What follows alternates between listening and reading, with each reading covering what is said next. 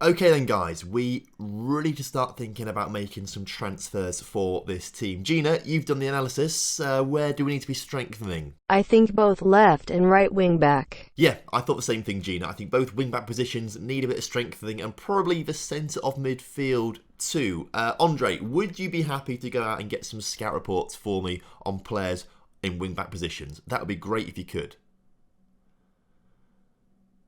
Andre, I think you're on mute again, mate. And you're in Paris. Why are you in Paris? What are you doing there?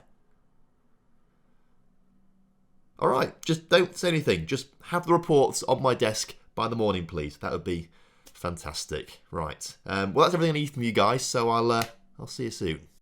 So hello and welcome back to episode 2 of the Brentford save here in the FM22 Beta. If you missed episode 1, there'll be a link on top of the screen right now to take you back to episode 1, which came out at 11 o'clock this morning. This one coming out at the usual time of 8 PM, so a double upload day for you. And I set a target of 1,000 likes on that first video.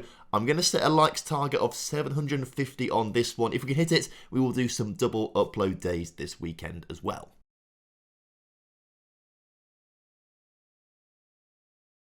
But before we do that, there are plenty of things to talk about. Notably, how the team has developed over pre-season. And I've kind of worked a team that I quite like into a formation that I quite like. And I think that's where we're going to kick things off today. Also, I do need to let you know as well that I'm currently doing a very quick giveaway on my Twitter for FM22. There's a 24-hour window for you to enter it, and we're about, well, as this video gets uploaded, 7 or 8 hours into it. So make sure you follow me on Twitter and retweet the tweet that I've got linked in the description for a chance to win FM22, with the winner announced tomorrow lunchtime. Of course, if you can't wait until then to get your hands on a copy of the game, then feel free to buy a copy of the game via my affiliate link with 2game down in the description. Really helps me and the channel out. So last time out, we played a very unconvincing 2-1 victory over the under-23s, which wasn't that great, if I'm honest with you. Since then, we've kept the same shape. I'm really pleased and sticking with this 5-3-2 formation, but we have changed the tactical style quite a bit and tweaked it to try and get it to work for us nicely. Crucially, we have 2 wide centre-backs, and in yesterday's video, we tried to get them to go quite attacking, but I don't think I quite like the idea of wide centre-backs attacking. I guess it's very Sheffield United, right? But there's probably a reason only Sheffield United and a couple other teams have quite overlapping attacking centre-backs. I don't think it always makes sense, and I don't think in Brentford's case it makes all that much sense, if I'm honest with you. For example, if we were going to put Pontus Jansson as a wide centre-back on attack, maybe he's got some of the attributes for it, right? You know, he's got decent pace, decent stamina and strength, but dribbling and crossing are pretty rubbish, so he's not actually going to be that good going forward. So instead, we've gone for 2 wide centre-backs on defend. So we actually kind of do have a bit more of a solid defensive line, which I think we're going to need in the Premier League. I am, though, taking a risk, and I am experimenting, because Christopher Ajer is a libero, and I've never ever used a libero in Football Manager before. Essentially, a libero is kind of like a sweeper, that there is that sort of last line of defence, but I've got him set to attack, which means that he is very happy to just steam forward and try and get involved in attacking moves as well, because I think of all defenders out there, Christopher Ajer is actually really well suited to the role. The only thing he's not quite good at is long shots, and I can forgive that because everything else is really decent. His physicals are pretty solid, mentals are very good, particularly the teamwork and the vision, quite like that. And where they're needed, I'd say his technicals are also quite good, so I think we're going to attempt to play Christopher Ajer as a libero this season. Now, a big part of this formation is getting the ball out wide, and you can see that because of the positions that we have. We've got 2 wing-backs who are sitting quite wide in Henry and Canos, and then Norgard and Onyeka are both playing as Mazalas, who naturally like to get quite wide as well. So on the in possession, we don't have focused play down the wings or anything like that, because naturally, the way the team's set up with the roles, they should be getting out wide quite a lot. But the reason I've done that is because at the start of pre-season, I went to my assistant manager and said, give me a report on the team, and the only thing he said was a positive, is that we can throw the ball a long way and we're good in the air. We can jump pretty high. So the idea is we get the ball out wide and we just try and cross it into Ivan Toney, because he's pretty big, right? He's 6'2". We just cross it into him and hopefully he just scores loads of headers this season. So that's kind of what I've settled on to an extent. A good defensive grounding with wing play to get the ball into Toney. That's kind of how we're going to try and play this season. And so, as you can see, by tweaking the formations, we've actually had a very, very successful pre-season. Only losing one game to, I suppose, the only real test of pre-season. We lost 2-1 to RB Leipzig. Everyone else has been pretty easy. Rayo Vallecano, Wycombe Wanderers, the easiest of all, Rangers. But despite the easy teams that we've played, the only challenge we had, we did lose. But despite that, I think we have done pretty well. Now, I really wanted to use the time of a pre-season to look through the data hub and come back to you today to tell you exactly how perfectly we've been playing. But most of the data hub stuff doesn't really get unlocked until after you play 3 league games. So actually, this might have to be a thing for next episode. But there are a few little things we can look at to analyse over pre-season. So we can have a look at a team report, and this is quite interesting. So you can see here formations used every game we've played, a 5-3-2 essentially. But we can look at formations played against, and we can assess how effective we've been against those formations. By looking at things, most teams have played a different formation every single game. Apart from 2 teams that used a 4-3-3, as you can see there, we did pretty well against a 4-3-3. But that game we won 11-0 against some team from Singapore, obviously they must have been playing the 4-4-2 diamond, because that's when we had 6 clear-cut chances against them. So at the moment, this maybe isn't quite the most useful thing in the world, but I do quite like it, and I think over the course of a season, this becomes very useful. There's not a whole lot of great analysis just yet. It is telling us that 12 of our 24 assists from pre-season have come from crosses. So the idea that we're getting the ball out wide and putting it into the middle is coming true. It looks like it's working quite well. I'm also a big fan of this big shot map as well, which is actually telling me that we've hit the crossbar 12 times over pre-season, which is rather frustrating. But it is good to see that we are getting, it looks like, most of our shots on target. A high proportion of them are on target. Obviously a few over the bar and whatnot. I imagine these 9 and 8s directly over the top of the crossbar are probably headers from corners, and there aren't many going well wide of the mark either. And then of the goals we've scored, we love the bottom corner, apparently.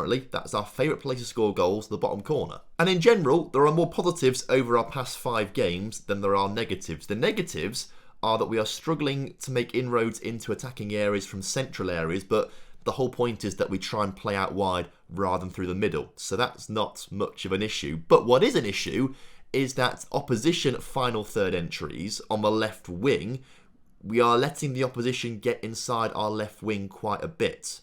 So we need to try and counter that by making some signings. Personally, I do think the weak spots are the wing-back roles. Canos is a good player, but I think we could do better, particularly as he is sort of meant to be a winger as opposed to a defensive player. So I think someone coming in to play right wing back would be great. And then we've also got Rico Henry, who is a right back slash right, or left wing back, I should say, left back slash left wing back, very fast. But again, I think we could maybe do a little bit better. So I have asked Andre to get me some scout reports and some suggestions for these particular positions. Let's see who he's come up with. Looks like he's come up with 3 from each position. Okay, well, let's focus on the left wing backs, right? There is Kazawa from PSG. That makes sense as to why Andre was in Paris on the Zoom call. He is currently wanted by Leeds and Southampton and transfer listed for 1.7 million.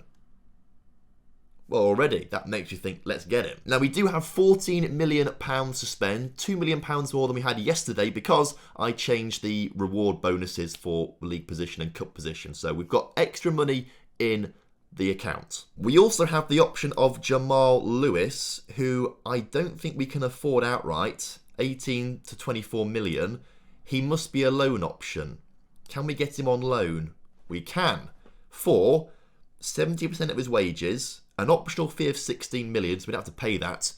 Oh, but if we use him every single month, we have to pay 3.5 million over the course of a season, pretty much. If we don't, it's 7 million. I think Jamal Lewis is maybe our last option there. I'm quite happy with Kazawa. The other left wing back option is Callum Styles. He's 21, plays for Barnsley. We don't know all that much about him right now. He's a little bit slow as well. He's probably not as good as Henry. I mean, if we just compare the two of them, actually, other than speed, which Henry has him down massively on, they are pretty much the same player. And of course, Callum Styles has the benefit of being younger. What about Kazawa? Let's compare him with Rico Henry, and head and shoulders Kazawa is better. So I think Kazawa is our first choice, but he is going to want a lot of money and wages, I imagine. Maybe let's make bids for both and see what happens. So Kazawa, transfer, make an offer, £1.7 million, make that offer. Callum Styles is going to be more expensive, but he will help us with that club culture of signing players from lower divisions. The board will like this signing, and although it's more expensive to buy, his wages will be so much cheaper than Kazawa. So there's no release fee clause, sadly. Let us drop this down to 4 million. Suggest they want 4 million now, 4 million down the line. Can we make it 4 installments and bring it down to like 2.5? 6.5 million. Loan back. No, we want him now. He can't be loaned back. And they've locked in percentage of profit from next sale. I guess we have to keep that in there. Suggest 5 and 4.2. They're going up here a little bit. How about 4 and 3? Reject. Kazawa it is then. In terms of right wing backs, we've got Ryan Fredericks, Ki Yana, however, and Peter Ankerson. So I assume, because he's very young and playing for Wolves, Ki is going to be a player on loan. He must be the loan option right now. I didn't mean to talk to his agent. Make an offer. Maybe we could afford him, but he is listed for loan. Quite reasonably as well. Obviously, we'd rather sign someone though, and Ryan Fredericks is transfer listed for 2.2 million. And is more defensive, I imagine. Let's compare him with Canos. And Canos obviously better going forward because he's a winger. Defensively, Fredericks is better. And is a lot faster too. He's got so much pace. Okay, I quite like Ryan Fredericks. What about Peter Ankerson, who plays for Copenhagen? Also pretty speedy with 15 pace. The crossing and dribbling though, I feel like I might be let down by that. And he's only going to start declining until he's 30. So I think Ryan Fredericks is the man here. Make an offer, 2.2 million, do it. Excellent. So those bids are on the table. I'm excited about that. Hopefully we'll get some contracts sorted after this Liverpool game, which we have to play right now. So we know the formation. I've spoken briefly about some players. We'll go quickly through all of them, but I assume most of you guys will be familiar with the Brentford team. We've got Raya in goal, who looks like an absolutely solid keeper. Looking forward to seeing how he does. Obviously, he got Brentford promoted, so I've got every faith in him to do well. I think we spoke about everyone on the back line. Aya Janssen. Pinnock, I don't think we spoke about. He is a left-footed centre-back, which is fantastic, so he's on the left-hand side of the centre-backs. Obviously, we had a good look at Henry and Canos so far as well. We do have a chap called Shandon Baptiste playing through the middle. He's going to be our deep-lying playmaker because he's the only player who can really play as a playmaker. Brentford seem to have a lot of box-to-boxers and ball winners. No one really as a playmaker, which could be a bit of an issue. Norgard is not really a Mazzali. He's more of a CDM, but he's one of the best players in the midfield, so he will play as a Mazzala alongside Onyeka on the other side, who is a ball-winning midfielder normally.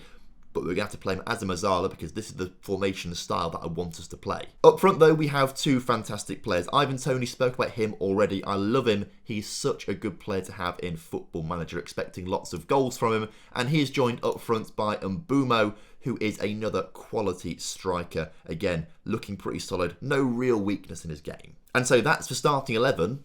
And will probably be the starting 11 for most of this season. So, kickoff is upon us, and it does not get more difficult than this. Opening day of the season, away to Liverpool. If we can get any sort of result from this, even a loss actually, to be fair, might actually be quite good, you know. I mean, obviously a loss isn't ideal, but if we only lose 1-0 to Liverpool, I feel like that sets us up quite nicely for the season. You know, if we only lose 1-0 to one of the best teams in the league, then we might actually be pretty good, as Canos' free kick cleared away from the back. I thought we were going to have a very early goal in this game, and we still might, Baptiste on the ball into Norgard, back to Baptiste, into Pinnock. Pinnock looking to swing a ball into the middle. There's 3 bodies in there. At the far post, Christopher Ayer, the libero. That's what he likes to do. He's our centre-back, but he's basically, not when he's not defending, he's almost playing as a striker. That's how I like to see a libero. So it's nice to have another body in the centre there, particularly when we are trying to pump balls into the middle and try to win headers. As Anyoka, I thought that was the moment. We're doing well for the first 5 minutes of this game. It might be the only 5 minutes we do well, because there's now a corner for Liverpool. Robertson into the middle, cleared by Pinnock, and Mbeumo can come away with the ball. Come on, lad, get up there, and let's get ourselves a goal in this game. The first Premier League goal as Salah brings Mbeumo down. No free kick thrown for us. End of the highlight. Until immediately afterwards, there's a highlight for Liverpool to build out from the back. And this is where they are dangerous. But we should be fine, because we're always going to have a very compact back three, which should try and stop players cutting inside and getting shots away. And instead, they've got to try and head the ball, which is difficult for them because they're a lot smaller than our defenders are. And immediately, this is an action-packed game so far. The cross there from Ivan Toney, not quite reaching a target, but the ball does come back with Onyeka shooting from distance. That didn't deserve a highlight, really. I can't believe how many highlights there are. Maybe, as you can tell, my voice isn't 100% yet, so I was kind of hoping this would just be like a 1-0 win with 3 highlights in the whole game, so I don't have to talk that much. But I am talking so much because there are just so... Are we on key highlights? No. This makes more sense. We're not. Get on to key highlights. Free kick for Liverpool, though, which has been turned into the back of the net by Firmino at the back post. Well, that was a bit anticlimactic, I feel. I feel like we've been on top of this game so much, and then all of a sudden it's just one set piece. Our players switch off and they score a cheap goal. But, I did say if we only lose this game 1-0, that would probably actually be fairly successful for us, considering we are going to be in a relegation battle this season. 2-0. Okay, this could be a long afternoon. How are we passing? I mean, we're creating loads of key passes. That's good to see, and everyone's pass completion is pretty high. I think passing is going to be a really important way for us this season to develop our style of play. So if everyone can have some really good pass stats, that would be great, thank you. But we finally reach half-time here, and I must say, I feel a little bit hard done by to be 2 goals down. 12 shots to 10 shots. The XG is very similar. I feel hard done by. But if Liverpool come away with a 3rd goal here, I'm afraid it will be game over. I can't really see us coming back with half an hour to go from a 3-goal deficit, which, we nearly had. But actually, I think we have done quite well, because Liverpool are one of the... I thought it was a penalty then. Liverpool are one of the best teams in the game, and... it is a penalty. Ref, you took your time with that one. Well, this is horrible. I can't believe this. I feel the scoreline has not done an accurate reflection of how well we've played. Like, Liverpool are one of the best teams in the game. That's what I was trying to say. This is my first competitive game in charge of Brentford. And we have held our own. If it was 4-0, then I maybe shouldn't have said that. But I think we have held our own fairly well away from home to one of the best teams in the game. But I think what I am going to do is I am going to blame the wing-backs, and then I'm going to try and sign Fredericks and Kazawa, because I think if we sign those two, our whole fortune and future is going to be changed. Get those wing-backs in, and we won't be conceding goals like this. Probably. Maybe. We'll find out. To be fair, this second half has been dominated by... that came out of nowhere. I was about to say Liverpool have dominated this second half, and they have done. You can look at the match stats. They've had 15 shots in this second half compared to our 3. That's the best chance we've had, a shot just hitting the crossbar or something. But, despite their... we're 4-0 down, but I still think we've played well. How is that possible? I don't know. I feel like we can take positives. But I am going to blame Canos. And that's why we're trying to sign Fredericks and Kazawa in the wing-back roles. And silver lining in all of this, we aren't bottom of the table because B is ahead of C in the alphabet. In the meantime, let's talk contracts with Kazawa, who wants to join the club. He's incredibly interested in negotiating terms somehow. I don't know why. But he is going to want to be on some big money. £73,000 to £100,000 a week. Currently, our highest earner is on 35,000. And then the contract says 91. We can afford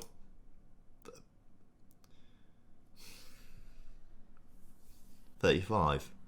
I mean, something tells me this won't come off. I mean, this is as much as we can afford to pay him. We'll lock it in. I'm sorry, lad. There's nothing I can do here. There's literally nothing I can do with this.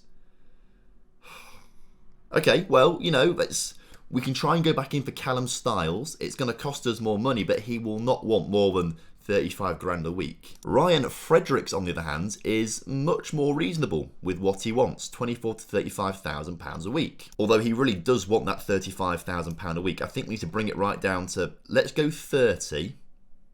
Push the agent fee up a little bit to get his agent to say, come on lad, accept 30, it's alright.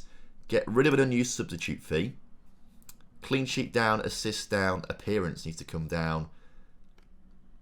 Suggest. Oh, and he's very happy. When does that ever happen? First time they say yes. Only when you offer a contract that's too good for them. So I feel like we've got a bad contract here. We've got at least one player coming in, fingers crossed. But obviously, it's not long to go until transfer deadline day. And I think we might be busy then. So we will come back for the end of transfer deadline day. We'll do the Man City game and then transfer deadline day and things like that. We've got such a difficult start to the Premier League season, by the way. Liverpool, Tottenham, Man City.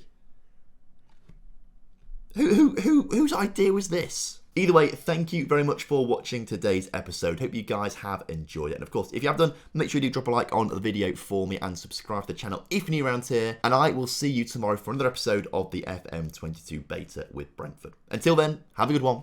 Goodbye.